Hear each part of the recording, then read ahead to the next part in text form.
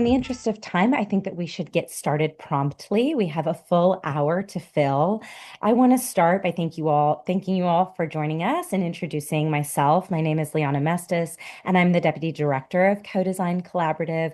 I work closely with Amy Heymans, who is the CEO of Beneficent and also a member of our board of directors. I'll just start by introducing Amy. She is a strategist who works collaboratively to envision possibilities for people and organizations to grow and thrive. As the founder of Beneficent, she focuses her passion for health, financial well-being, social impact, and sustainability to help organizations clarify their purpose, craft a bold vision, optimize their value proposition, and go to market strategy.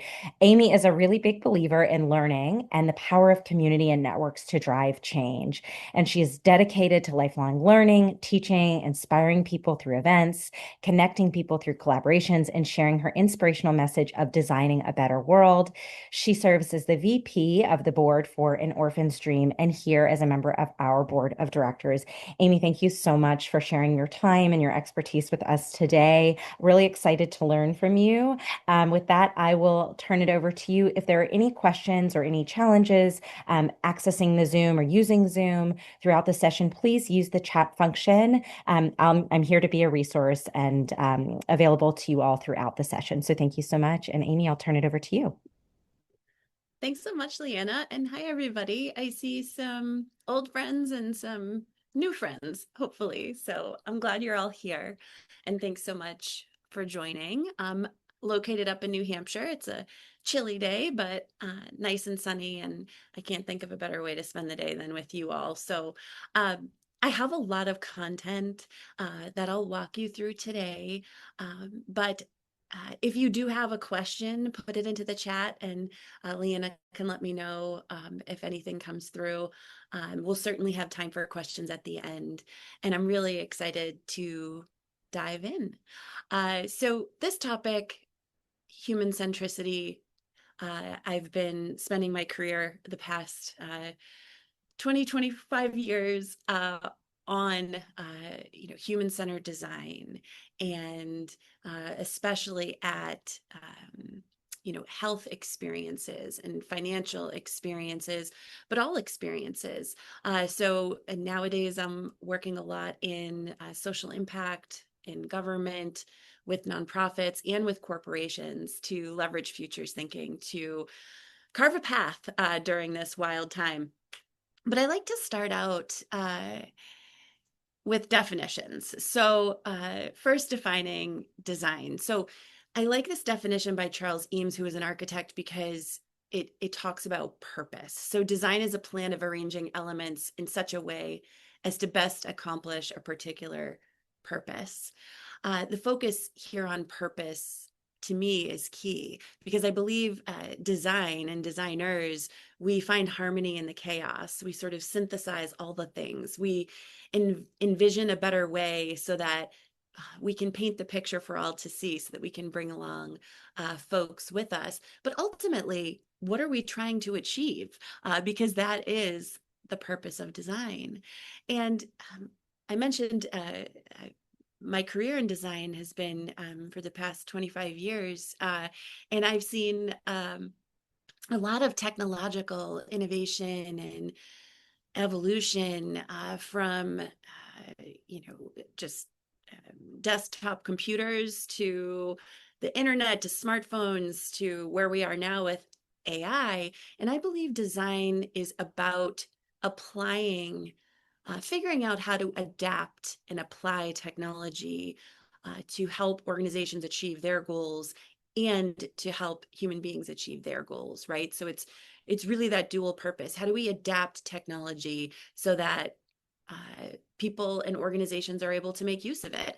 And so as the technology has evolved, also design and creativity and even human centricity has evolved from ergonomics and human factors back in the day to now a more sort of codified or rigorous approach to design where we have a specific process and specific roles and titles. But now we're in a period where that's getting disrupted a little bit. But more on sort of the evolution of design with specific attention to like graphic design, digital design, designing for the glass, as we call it, whether it's, your laptop or your mobile phone.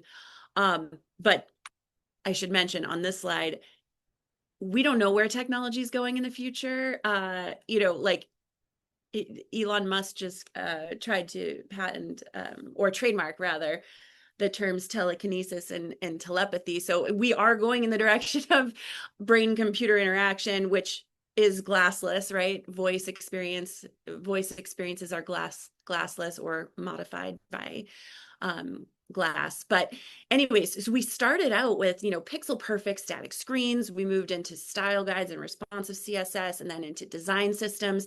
Now folks are designing with code, they're vibe coding and all the things.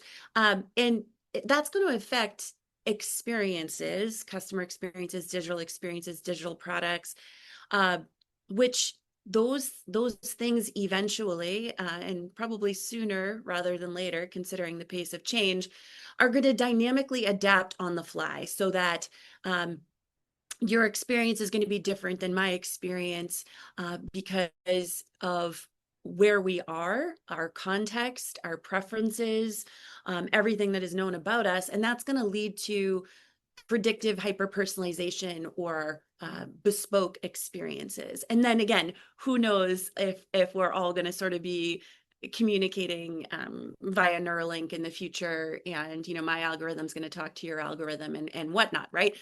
We don't know how these things are going to unfold, but from a sort of digital design or again adapting technology to solve human and business problems, we're going from static to dynamic, adaptive to predictive, personalized, and even invisible. And it's hard to design for the invisible, but that's what designers do. We make the invisible visible, and we key into the things that business folks and technology folks aren't always sort of keyed into. And I'd like to talk about some of those things today, because we're in this kind of messy, fuzzy, weird time. There seems to be a fog of uncertainty, simultaneous promise and dread. There's techno optimism, and there's AI doomers, I've heard them called. And a lot of folks are wondering, how is this all going to work? All of these converging factors from a technology, societal, and economic perspective. What is the world going to look like? And you may be in the camp of AI optimism or AI skepticism. This is an AI generated image, robot parent reading to the robot children about lullabies for world domination. I like to stay pragmatic in this time. Typically, I'm an optimist, but there are so many risks and uncertainties that need to be managed in this time. So I simultaneously am leaning into, okay, how can AI benefit us and how could it harm us? And being of two minds about it, because as a futurist, people ask me, Amy, what's going to happen like in the future? And I'm like, it's all going to happen, the good, the bad, and the ugly. But it does beg the question and make us wonder, are we headed in the right direction? Because we know, again, I mentioned the pace of change, that AI can make a positive impact at scale very fast, or can cause a great deal of harm very fast. And again, both of those things may also be true. So thinking about what are we trying to achieve, where are we heading, and why, and what could go wrong is really important.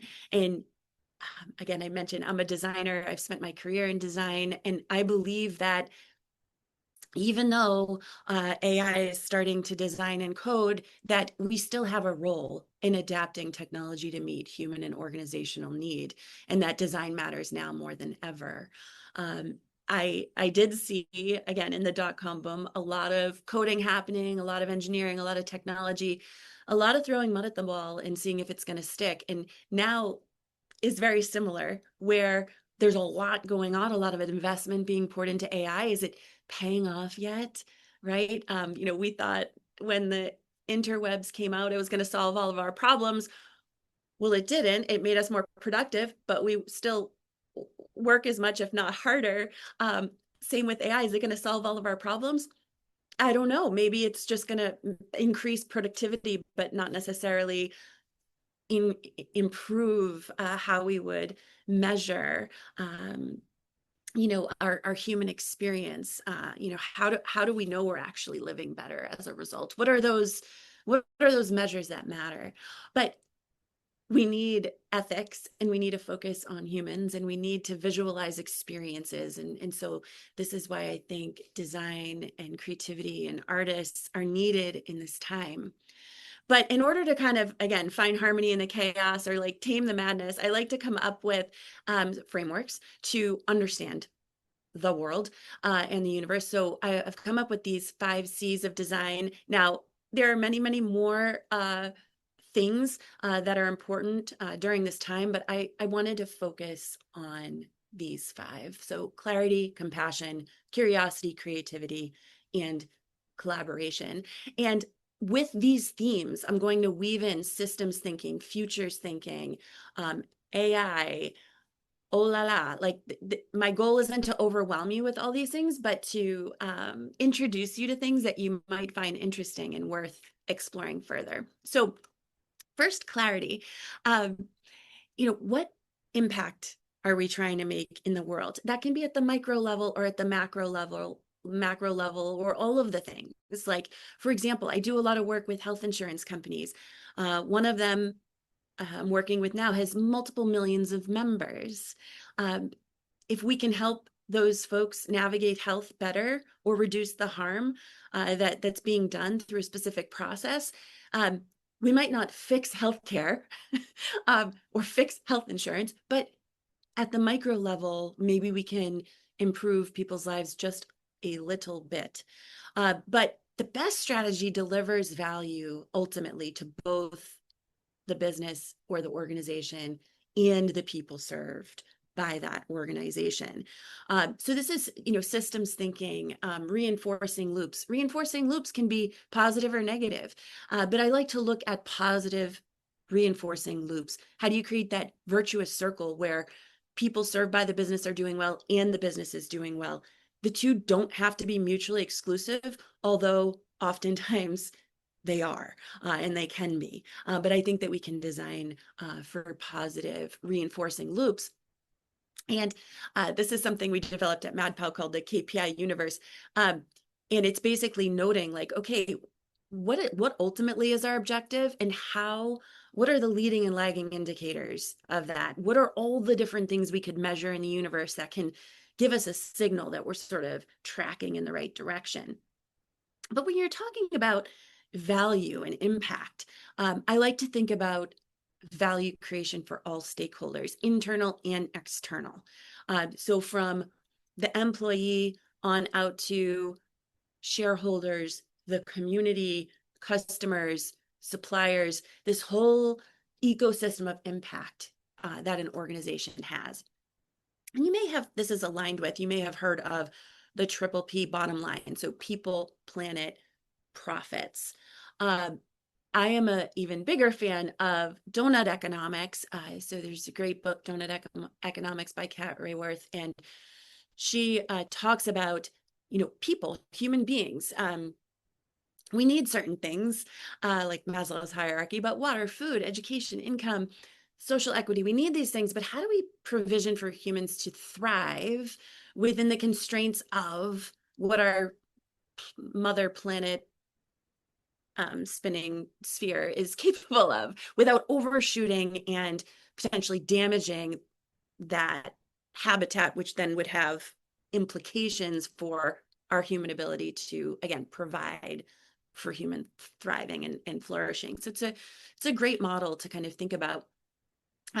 There is UN Sustainable Development Goals as well. That's a great, like, again, higher order, like from the macro to the micro. I believe if you're making kind of dense and making a small impact, and it's aligned with these sort of higher order objectives, that, again, we are meaningfully moving the dial. I recently heard Victor Udoiwa speak at the Dignified Futures Conference this year, and he takes, a histological perspective to futures thinking and talks about how our ancestors worked really hard to accomplish things for humanity, and our descendants will work really hard to do the same. And we're here in the middle, kind of standing on the shoulders of the people who went before us, and hopefully we will we will do our work. Every decision we make, every choice we make in a good direction is going to set up future generations for success. But we're not going to solve it. We're not going to solve all of our economic problems. We're not going to solve all of our health problems in our lifetimes. But certainly we can try, and we should. But how do we sort of set up those future generations for success? So you may have seen this sort of three lenses of innovation. I think IDEO came up with it quite a while ago, but feasibility, desirability, viability. So this is the model of innovation. If you can make sure that a business is going to profit, it's possible from a technological perspective, and people are going to like it, then you're doing pretty well. I'd like to put this on the table that this is from Board of Innovation, that we also need to focus on integrity, because we've seen a lot of technology be desirable and profitable and technically feasible, but not necessarily have a positive societal impact, like the large scale human experimentation of social media boom, if you will. We're still understanding the impact to humanity that social media has, and I'll say a little bit more about that later on. But everything is connected. So you heard me talk about systems thinking. So understanding causality. What outcomes are we after, and what actions, behaviors will impact those outcomes? And then once we achieve those outcomes, what happens after that? So understanding sort of how everything fits together. Credit here to one of my colleagues from MadPow, Dustin DiTomaso. So we looked a lot at systems thinking plus behavior science, psychology, motivation, and looked at, okay, if we want to accomplish a given thing, what human behaviors are going to lead to that outcome? And how do we set people up for success to perform those behaviors? And what are the ingredients to the interventions that are going to help people develop the capacity to be able to do those things that will help us achieve those outcomes? So it's just like deconstructing, and based on science, we have an evidence basis for a lot of the things that complicated human beings do. So let's learn from that and sort of apply that thinking in what we design. Another cool model that we use a lot is the COM-B model. So that's capability, opportunity, and motivation. A human being needs to have the capability, the opportunity, and the motivation in order to do a given behavior. A lot of times we sort of shame people, like, you should be saving, you should be losing weight, without like understanding truly what people are up against in terms of the context of their lives. And there are interventions that can focus on altering the environment so that a positive behavior becomes the default. Another one for motivational psychology and behavior science is this self-determination theory. So it basically says, in order for people to be motivated, they need to feel like they can make their own choices, that they can do so competently, they can perform a behavior competently, and that they're connected to other people and that they belong. So you've heard me talk a lot about, systems thinking, this view of, let's not just kind of treat the symptoms of a problem, but let's look at what are the root causes of that problem. And this Desmond Tutu quote puts it all into perspective. There comes a point when we need to stop just pulling people out of the river. We need to go upstream and figure out why they're falling in. And different industries sort of explore the system of the industry and the interconnectedness of the ecosystem in different ways. This is a map by Go Invo, the Social Drivers of Health poster, where you look at all of the different things that affect a person's health, their ability to be well, from employment to where they live, to their access to transportation, to their financial well-being, et cetera. All of these things affecting ultimately their health and their life expectancy. Also in finance, we can look at what are the social things that impact one's ability to be financially well. Of course, understanding the constraints that many folks are facing, but this way we can design, again, solutions, experiences, interventions that hopefully help people to meaningfully overcome systemic barriers to uh, being financially well. So one more model for you in the systems thinking realm is the iceberg canvas. This example is from Google Design Kit, but it's basically looking at culture, perceptions, attitudes. When we look at what's going on, we see what's happening at the surface, but just like an iceberg, but we need to dive deeper into understanding the full universe of what's really at play. And the goal is to figure out where can we zoom in and focus to have an outsized impact. Because there's thousands of things that you could do, but what is that one thing that really will give you a good deal of leverage to have an outsized impact? Next, I'd like to talk to you about compassion. A lot of talk about empathy in human-centered design. I believe empathy is something that most designers have in spades. But, folks can think about, okay, well, empathy isn't cool anymore, or companies don't want to pay for empathy. They don't care about empathy, or empathy's cookie cutter. How can you actually measure it? But there are different types of empathy. There's cognitive, which is your understanding of the situation of another. There's emotional empathy, whereas you actually feel for another, and that's that emotional understanding. And then there's compassion, which is breathing with somebody, that gift of presence. And when you think of, especially the mission of co-design collaborative, co-design, being with people, designing with people, to me, that is the true act of empathy and humanity. And that's where dignity is going to come from. And that, I made the bridge from empathy to dignity. So I believe if we want to focus on ethics and human dignity, in empathy and ethics, human dignity can start to help us take a principled approach. It's something that can be codified, and it's something that we can leverage to say, okay, this is our brand promise. How do we, leveraging moral philosophy and dignity, manifest that brand promise? So empathy is important. And again, the systems connections between like different industries. So I like to talk about how life affects health, how life affects finance, how health affects life, how finance affects life. So all of these things are interconnected. For example, caregiver stress increases the likelihood of substance abuse. And a new diagnosis can completely turn your life upside down. So all of these things are connected. But I would find that when I work with health insurance companies, or basically any corporation or nonprofit or government agency, it's like we take a view of, how can we improve self-service?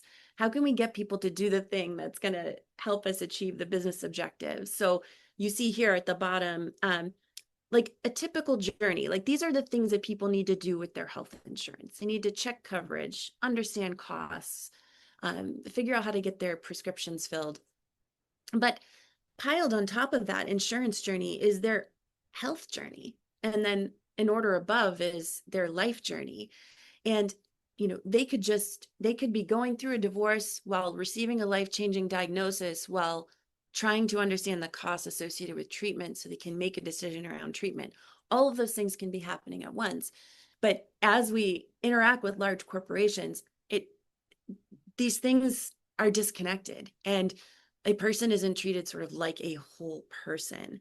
So I think it's important to have empathy for the life that they have and the things they're going through, and but figure out how these things collide and intersect, and how we can provide greater dignity at any of these moments.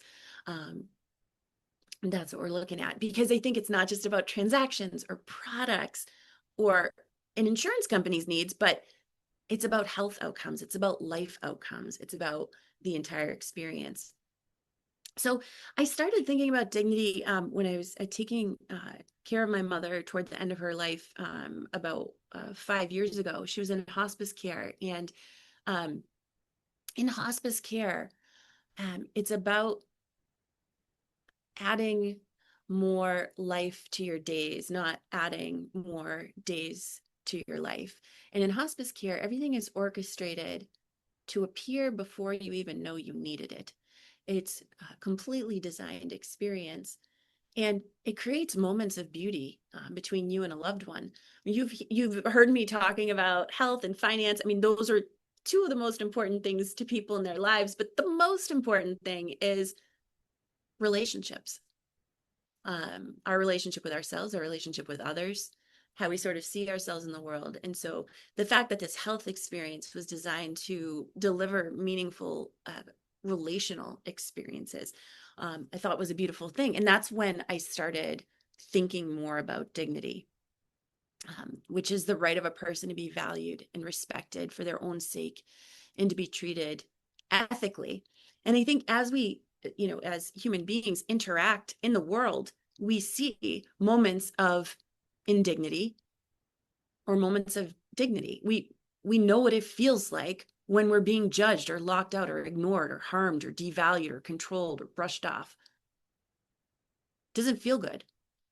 But on the other hand, it's really wonderful when we feel like we belong, and we're supported and valued and respected and invited and engaged. And now when people feel like a number and you're rushed through a process, and we want you to self-service, and we're just so transactional and so sort of taken over by technology and digital, it this is a great launch point for ideation around how do we reduce moments of indignity, and how do we empower more moments of dignity? Because ultimately, this might seem like a lofty goal, but we need to go from surviving to thriving. How do we design for human flourishing, which can seem really difficult in this moment where all of us are struggling to just sort of like make it through the day? But I think we can raise our hopes and our aspirations higher. I came up with this sort of way of thinking about designing for dignity. It's sort of like Maslow's hierarchy, but starting at the bottom, first we need to reduce harm. That means we need to know what harm our organization is doing, what harm the people we serve are experiencing, so that we can promote respect, support their goals. That's sort of table stakes. Like, that's the social contract we have with folks, and that's like what they expect of us, right? But it's not until those things are met that we can start to then be trusted and have a relationship, so that we can start to inspire hope and even infuse joy. Um, if you're harming people, you can't like start to get like insert joy into the experience. That would be that would create a dissonance that would not be helpful, right? So how do we help people even to identify what they want most in their lives, and then help them to achieve it? Somebody can have an explicit goal and come to you and say, hey, I want to accomplish this goal. I want to save $1,000 for my next family vacation. Well, they might have that goal, and you might be able to set up a product that like helps them do that. That's fantastic. But what if people don't even have the hope of thinking that they could ever afford a family vacation? Well, how do you set up a structure or even start to influence and inspire that hope? Maybe truly it is not possible until certain things are done, but how do you walk in partnership to help people step by step get to uh, points that they didn't even know were possible, but very well may be for them. So moving to curiosity, this is really where my researcher heart comes into play, and knowing and understanding the beautiful, wonderful, complicated human beings we serve, and what are their emotions, behaviors, and their needs and expectations, their behavioral attributes. What's their context? Somebody in a hospital bed is very different than somebody who's shopping in a supermarket in terms of what they're thinking, what they're facing, what they're feeling, right? So, trying to understand the people that we're designing for, but also designing with them, right? That's the spirit of co-design. Co-creation is not assuming that we know best for them, but instead inviting them to the table of innovation to design with us. Uh, this is a throwback to a MadPub project with Blue Cross of Massachusetts, where we did co-design with members, and they basically said, like, insurance is like a combination lock that I don't have the I don't have the code for, um, and helped us understand that, like, hey, the members thought, you know everything there is to know about me. Why can't you anticipate what I'm going to need next and put it right in front of me and make it easy? Why are you making me do all the paperwork and the dirty work and the hard work? Can you do some of it for me? Can you lay out my path and make it clear? And insurance companies to this day are still trying to do this, but it led to an anticipatory design principle that was inspired through co-creation, where we would lay out the pathways that people needed most because of that. But human-centered design means we integrate human touches, research moments, co-creation moments, participatory design moments throughout the entire design process, from identifying the right problem to identifying the right solution to building it right. This model by Jen Cardello I love, because it just like nails it what we're trying to do. We still need to work with humans, of course, in this age of AI and do this research. But we can also look at other stores of information, business objectives, large data stores, colleague perspectives, industry intelligence, analog experiences, AI generated insights, even. So now we're looking at, okay, how can we design with AI for human-centered experiences? Again, not forfeiting the research and the co-creation we need to do with actual humans, but how do we also include AI? Can it help us design more human-centered experiences? So that is the question. I do believe that we will start to do collaborative augmentation. So collaborate with AI or synthetic personas as part of our normal process. Again, not to replace actual research with human subjects, but as an addition and augmentation. Synthetic personas may become agentic, where they are sort of performing certain functions 24/7 and reporting back, or even collaborating with one another, and we might oversee those things. We will need to measure, we will need to adjust, we will need to provide safeguards to make sure that things don't come off the rails, and hopefully we'll have the opportunity to do that. But I've come up with this like new model, this new way of looking at research. I call it the living research model, but it's basically blending human studies with AI collaboration. So basically, agentic synthetic personas could be going out there doing secret shopping, generating insights based on large data sets, and reporting back and helping us understand what are the biggest problems, what are the biggest insights that we can key off of to ideate around. We can ideate with humans, and we can also ideate with AI and figure out how that dance sort of works. And we can leverage AI for supporting storytelling or evaluating the potential for ROI. And hopefully helping us plan implementation or de-risk implementation. But the largest societal problems are human challenges that, even if AI had the answer, would we be able to execute that answer?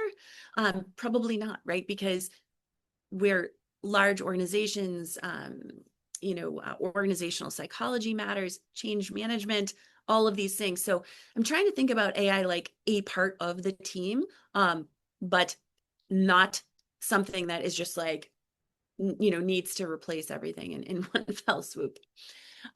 So from a research perspective, I think, I come from digital design, user experience realm. I think the way that we approach solving challenges has become very rigid, and that is because we needed to scale due to the demand for our services. And so it was needed, and we sort of refined the process and refined the roles. Now we need to think with sort of fresh eyes, with new eyes, on how do we leverage our superpowers to help help better apply AI so that human outcomes can improve, how to leverage AI in a way that we can set out to do no harm. And that's really the question. So getting into futures thinking, I've talked a lot about dignity and moral philosophy and systems thinking and purpose and impact. Getting into futures thinking, especially in this research segment here, there's no data from the future, but we can research signals and trends and uncertainties, and we can start to extrapolate them and think about what the future might be like if these signals and trends took hold. And we can analyze what is going on from a political, economic, societal, technological, environmental, and legal perspective. This is PESTLE. I need to update this to VSteep because VSteep inserts more of sort of like dignity and integrity, like what's going on from a cultural values perspective. That's sort of accommodated in the S, but it's deserving of its own sort of call out. So futures researchers research signals and trends and figure out, what could happen if these things take hold. I view futures thinking as a great creative exploration because there's no data from the future. This is not scientific. Nobody knows what's going to happen. We can take a good guess, but thinking about the future is a creative endeavor. If you think about the movies you've seen about the future, those movies, the screenplays that was a creative exploration, taking signals and trends and technologies and extrapolating them to see what that future might look like. I do think, this is an AI generated picture of a teacup, and it's inspired by the AI music I heard that was songs about vintage tea in every different genre. And I was like, this is horrible. Like, these songs are terrible. And it struck me that, we're just kind of like recycling, where we are now, baseline human thought, but truly like net new innovation is inspired by the full spectrum, the full suite of our human experience, all of the experiences we've ever had, the things we've seen, the books we've read, the movies we've seen, the things we've learned, our hearts, our instinct, our empathy, the patterns we match, the intersections we make, the prompts we give ourselves and the computers. That is where creativity is going to come from. And especially when you bring humans together to collaborate, that's where it's going to come from. So if we just use AI to process, improve, and like make us more productive, that's going to be a race to the bottom. It's going to be this homogeneous. I mean, companies are already stuck on competitive parity. It's like, yeah, let's be just like our competitors, assuming that those guys have it figured out when they don't. So it's like, okay, how can we actually solve this as opposed to just like doing what AI says or being like, the guy next door. So Rigorous imagining is a futures thinking technique that is where you engage people who are in a position to influence the future uh, in the act of thinking about the future. So get the people who can influence the future to think about the future. It's really easy to imagine the apocalypse. Um, going back to the movies about the future, like many of them are about like post-apocalyptic time. It's really hard to think about a world where everything is going well. And so rigorous imagining is like, what does what does peace look like? What does this positive outcome look like? What are the people doing? What is the environment like? How are they treating each other? What is the stuff? And like what objects do they have and hold? How do they conduct their days? And then you can start to again see what's at play and start to sort of deconstruct it. But Is you know, that something you do right the now? future is not predictable. Right. It is not predetermined, and but it can be influenced. So we don't know what's going to happen, but that doesn't mean we just sort of say, oh, well, whatever, like I'll just go take a nap. I mean, we can, maybe a nap would be nice, but we can, we can influence the choices that individuals and organizations make by the work we do. So design thinking and futures thinking are different. Design thinking, we're going broad, we're narrowing, we're moving through this sort of iterative process to diverge and converge until we get to like the answer or the best answer within a given set of constraints. Futures thinking is different. The goal is multiple possible futures. That's a beautiful thing because you can start to find threads through those things, little glimmers of hope, possibilities, opportunities that then you can explore further and weave into your strategy. Also, it can help free people from the constraints of want, like this is impossible, it's never going to happen. It's like, we don't know what's going to happen. There are so many uncertainties. There's many things that could happen. So let's open our minds a little bit.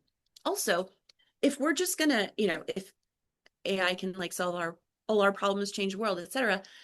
Well, maybe we shouldn't just use it to kind of like subtly improve existing paradigms. Maybe we should use it to reinvent paradigms and come up with new paradigms. This is a futures triangle. So what this helps us think about with teams in workshops, in co-creation, is to identify what's the weight of history, recent history, or far back history that shapes our mindset, our culture, our perceptions, our assessment of constraints and of possibilities.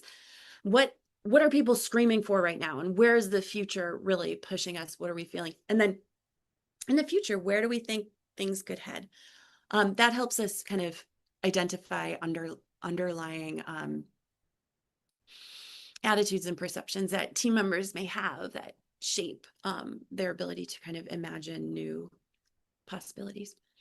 This is a billboard I saw on the way home from the airport a couple of months ago, and it was great because it reminded me about theories of change. So there are various theories of change in futures thinking. One of them is the pendular theory of change, which says that things will only swing so far in a given direction before they come back. And this to me was an example of that, where it's like, go to the museum, be in the real world, escape the algorithm. Like, you're not going to control me. Like, I choose my own destiny and I'm going to the museum. So this, like, the harkening back to like vintage things and, forest bathing. And, you're seeing these signals that are like, people are craving, they're realizing the hold technology has on us and craving like real human connection and to be emotionally and mentally well. So that stood out to me. But, when when we set about the work of futures thinking, we're thinking about, okay, what time frame are we talking about here? What's going on now? What'll happen the next 5 to 10 years? And what might happen in the next 20, 30, 40, 50 years, 100 years even? So what horizons are we talking about? Now, again, given the pace of change, it feels like 2 years is 10 years, where what used to be 10 years of change may be crammed into 2 years. So things are changing, but basically paradigms that we know now, some of them are starting or will eventually come out of popularity. The things that might take hold 10 years from now, we might only be seeing in pockets. We might not even have heard of the next thing that is going to change the world, or we'll hear about it tomorrow, right? So that just shows how old technologies start to decline and newer technologies or innovations start to take hold. But in the future, there are plausible futures, possible futures, plausible futures, wild card scenarios, preferred futures.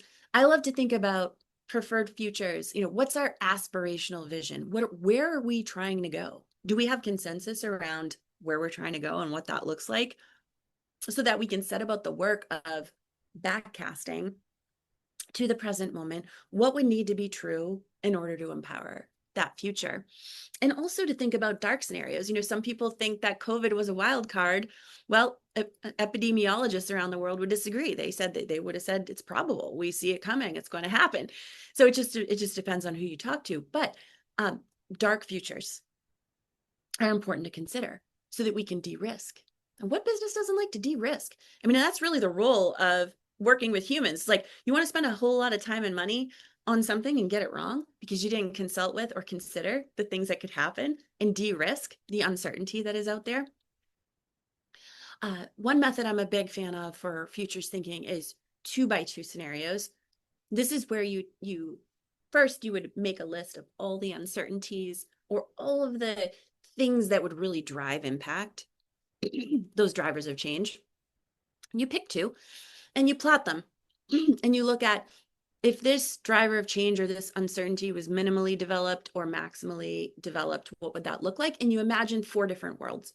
So this is a good way to start to crank open people's minds of like, hey, what will these different things, like what worlds will manifest as a result of these different things? So it's a great method to use. And then what are alternative scenarios? You can use alternative scenarios to think about the cascading impacts, the unintended consequences. You would think if we thought a little bit about how things will play forward, we might be able to spot where things might start to go off the rails so that we can plan and provision for safeguards, right? Because this whole like move fast and break things, like techno optimism, like leading to large scale human experimentation, throwing stuff out there to millions and then like finding out later how it affected. I mean, yes, it's the reality of this world, but I do think that if we leverage some of these models, we can again de-risk the harm that could be done had we not thought about those things at a moment when they would be easier and less expensive to incorporate into the solutions. The futures wheel is a good way to do that. So you put the change, the event, the subject at the center, and you think about what will happen if this, and then what would happen if that, and what would happen if that. And you can get to some really interesting places. And again, it can be used for de-risking. So our final chapter here is collaboration. And I do believe that collaboration is our superpower. Erica Hall said it well. I'm a big fan of hers and her posts on LinkedIn. Again, even if AI had the answer, we'd still have to work together to figure out how are we gonna make this happen? How are we gonna implement this? And human beings are complicated. We can be hopeful, we can be territorial, we can be hard to move or immovable, but in getting people in the same room at the same table to imagine things together, it can have very positive downstream impacts. This is a model we like to talk about at MadPub, where, if you come up with that North Star, and that North Star is fueled by stakeholders both inside and outside of the organization in a participatory process, and then you backcast it or step it back into how do we make it possible, you get a lot further in terms of innovation within a given time frame. Um, just a shout out to storytelling. It's another superpower of creatives, of designers. It's a way that human beings have understood the world for millennia. And how we tell stories can inspire people, can help them to share their perspective, to give feedback. It can help us to connect on a very different level than perhaps a spreadsheet would. So back to collaborating with AI for human-centered experiences. We talked about it during the sort of get curious with research part, how AI can deliver us insights that, might be useful to helping us humanize experiences. But this is the model where you have this like dynamic adaptive orchestration where you have synthetic personas churning on data and reporting out insights, doing ongoing scanning and secret shopping, and continuing to ideate and calculating ROI. I talked to the head of design at a Silicon Valley company, and they're already doing in-market dynamic adaptation using Figma. So an A/B test of content or design change, and then a new dynamically generated interface that's A/B tested. And so the interface is adapting in the field. So this is already happening, but I think we're going to start to do pieces and parts of this, and then it will start to sort of link together. But of course, we have to have our eye on it and be the orchestrators of it, and have a sense of what's AI good at and what are the pitfalls. Um, I am very cautious about not delegating everything that I do to AI because my brain will stop working. MIT did a study that there's cognitive decline in people who have used, I think it was ChatGPT for more than 3 months. Their brain wasn't firing as it used to. So complicated tasks, linguistics, etc., has started to become more difficult. So it's important to consider what skills, what thinking, what brain power we would like to hold dear and maintain, so that our brain doesn't atrophy. So again, designers, creatives, we are more important now than ever, because we're alive and we know what that's like. And we're ethically minded, we're synthesizers, we're imaginative, we're inventive, we're collaborative, we're storytellers. I'm a big fan of making sure that designers are in all the places we weren't invited, to do all the things nobody asked us to do because they need to be done. And so in thinking about that, my final like bonus here is commitment. I wonder for you what future you want to enable for the people you serve. Now, some people get purpose out of their 9 to 5 jobs. Some people don't, and their job is a means by which to pay rent and put food on the table, and that's fine. Maybe purpose is derived from a family perspective or from being involved in a nonprofit or a hobby or something like that. So whether it's from a career perspective or from your life perspective, what impact do you want to make, or what future do you want to enable? Considering like your individual purpose, what business and human outcomes do you want to focus on? What ethics or principles do you want to guide your path forward? I know I've made job changes, big job changes based on my ethics and my principles. And what questions are you committed to answering? Because you may not find the answer in your lifetime, but maybe you're committed to the question and you're committed to exploring that area. And for those of us who are creatives for a career, designers for a career, I think this is important to tell folks who are working with us, like, bring us your problems, not your projects, or bring us your goals, not your solutions that need to be designed, because our strength isn't on kind of just answering to the requests we get. It's also in figuring out new ways to help the people we work with, the people we serve, get to new and interesting places. And I believe in asking forgiveness, not permission. So just going ahead and getting right started with whatever time and energy we have. Um, so that was sort of a crash course in a lot of things like futures thinking, systems thinking, donut economics.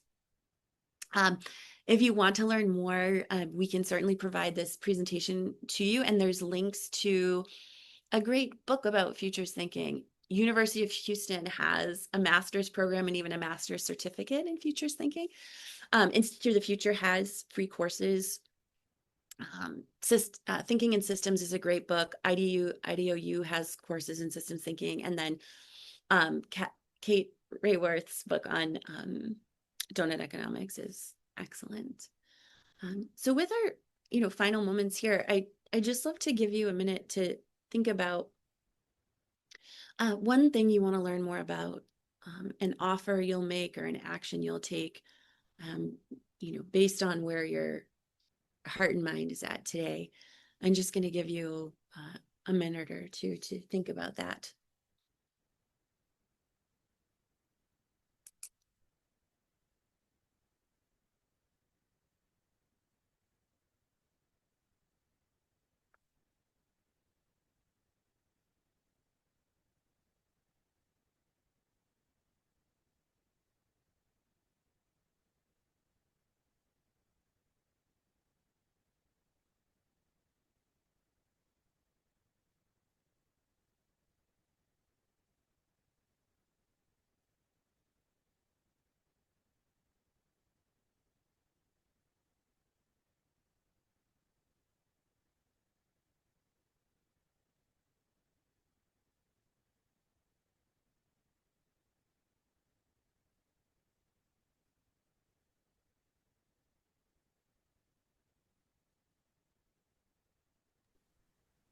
Amy, before we close, I want to highlight a question in the chat. Yeah, I'd be thank you. curious what advice you have for selling and the value of doing futures thinking, foresight work, and organizations that are under pressure. A generative exploration of the future can introduce a sense of greater overwhelm and complexity to already overwhelmed stakeholders. Are there different quote unquote pitches for futures thinking activities to organizations during quote unquote peacetime versus wartime, or ones that aren't taking a long term view because they are chasing near term goals and priorities? Yeah, it's a good question. It's a really good question. So in peacetime or wartime, I think it's beneficial for organizations to de-risk uncertainty, um, but also whenever there's opportunity for strategic planning, futures thinking could be leveraged to and to say, like, let's be open-ended for a moment, for a day, for a week, before we start to narrow in, so that um, we can kind of put a check on ourselves from an assumptions perspective. But there is a lot of overwhelm and people don't know what's going to happen. And so even if you start to do these activities sort of on your own, in your notebook, and then present some of the ideas, um, to say, either this is going to happen or this, I mean, navigating organizational uncertainty, either we're going to get a new leader or we're going to keep the same one. Either we're going to get access to these AI tools or we're not, right? And you can start to use them to plot, okay, what would be our path forward in any of these cases?